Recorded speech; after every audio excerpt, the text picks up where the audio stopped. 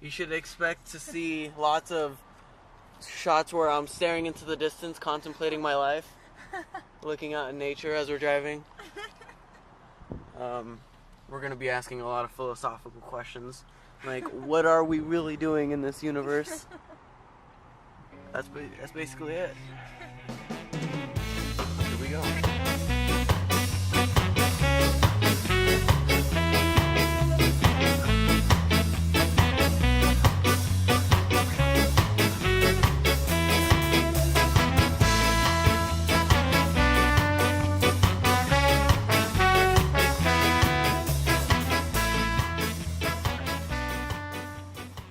My name is Victor Romo, and I'm here with Mr. Billie Stevens. And what is it that you do?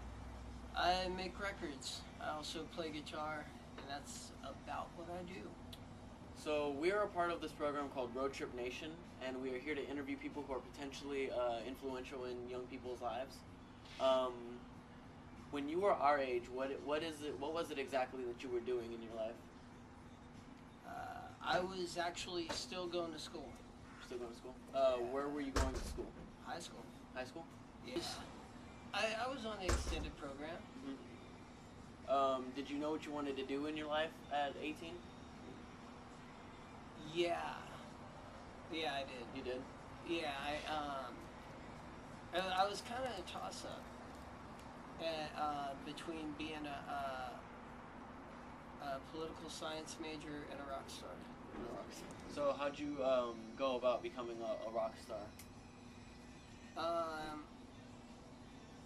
It was all I focused on. Mm-hmm.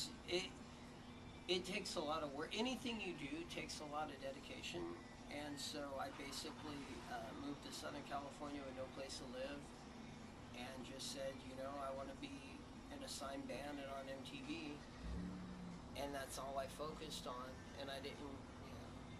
Within 4 years, I signed a multi-million-dollar record deal with Madonna and had a video on MTV. Wow. Wow. How did you?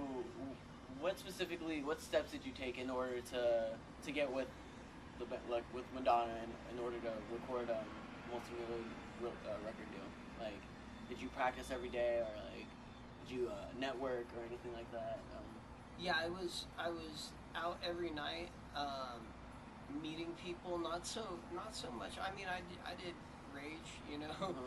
but it was more about meeting people who I could play with, where I could play what I could do to do music, and I focused every night on what it was going to be that I could do, who I could meet, who I could play with, where I could put myself where somebody would see me, and it took about 4 years. Maybe what happened next?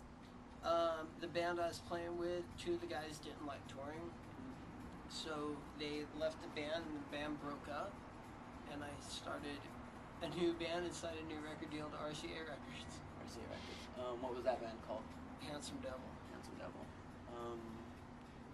How did you get to opening your own studio and running your own business?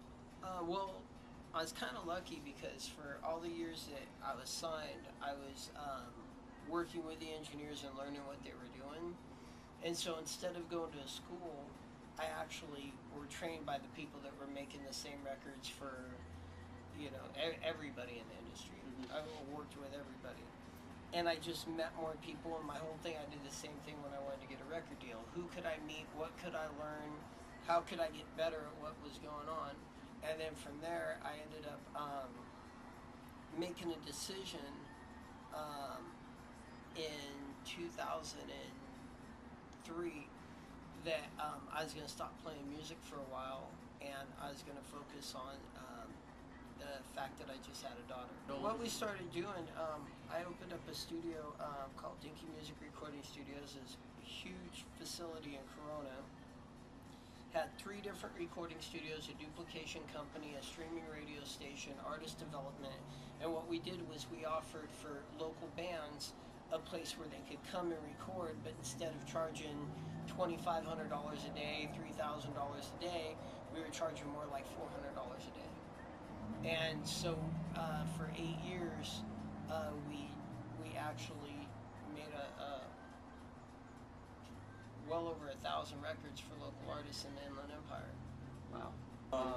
when you were my age, was there ever a doubt in your mind that you wouldn't get to where you're at today? Or No. no? No. There's too many crappy people out there. Too many people that suck. Right. So I was like, how hard can it be? You know? But I also didn't get caught up in spending too much time with the people that suck. So it's like when everybody was worried about a bunch of things that didn't matter, I was just out playing. Only, you always want to plan so you don't waste your time, but you don't want to spend a minute of your life not doing what you love to do. Because nothing sucks more than being old and not having done what you wanted. Dude, that's lame. I feel sorry for old people. That's how life weeds out the losers. Just think of it that way. You know, it's like, how do I get through days where I'm bummed out? Get through it by thinking to yourself, those are the days they're going to take the people that suck out of your way.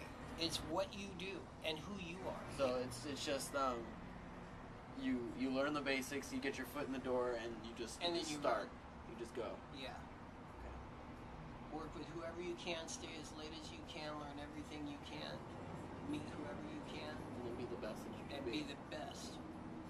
And not really that you can be, just be the best, period. Be better than everybody else. If you can't be that good, then figure out how to be better. Because there's no place for suck. Right. Especially First, in music. second, suck. Okay. Yeah. So we just got done with our video So recording cool. interview with Mr. Billie Stevens, way over there, walking away. And we just gotta say, like, this was an experience. The best experience ever. I really didn't think this like program would do anything for me, but then we got to this interview and the words that he was saying was just like so inspirational. I think the main thing I'm gonna take away from this is just go out and do it and get your foot in the door and hit the ground running and just do what you want to do. Don't let anybody hold you back. right. Yeah. So it's definitely a rewarding experience, and this is only the first one.